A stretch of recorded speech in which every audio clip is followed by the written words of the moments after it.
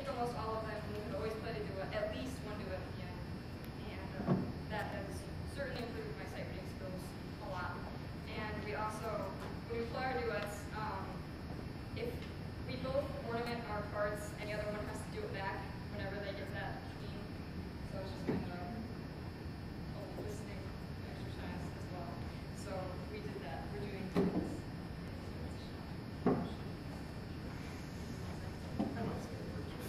Well, for one thing, obviously, I'm incredibly proud of this young lady, and I hate to lose her. These kids keep growing up and moving away. I just wish they would not do that. But she's going to, as she mentioned earlier, Professor Mark Hill is an old friend of mine at the University of Maryland. We used to play in the New York Chamber Symphony together. So she's going to be in very good hands. We'll talk weekly. I already have one student there, Meredith Hall. Where's Meredith back there? She's going to be a junior at the University of Maryland.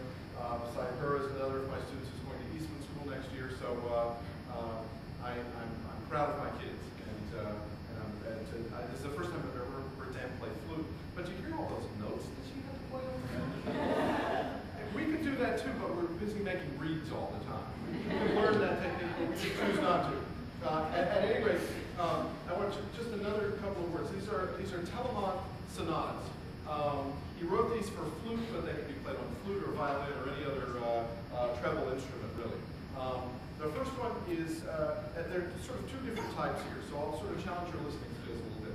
The first one is they're both counterpoint. Counterpoint is simply a matter of more than one melody happening at the same time.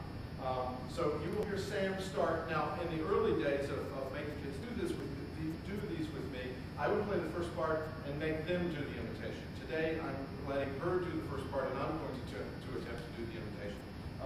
But the point of the story is that it starts out as if it's a canon. It starts out as if I'm going to play everything that she does.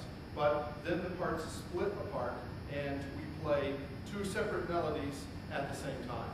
The second one we'll get to in a moment. So this is a D major Telemann sonata. I always sit over here in the lesson.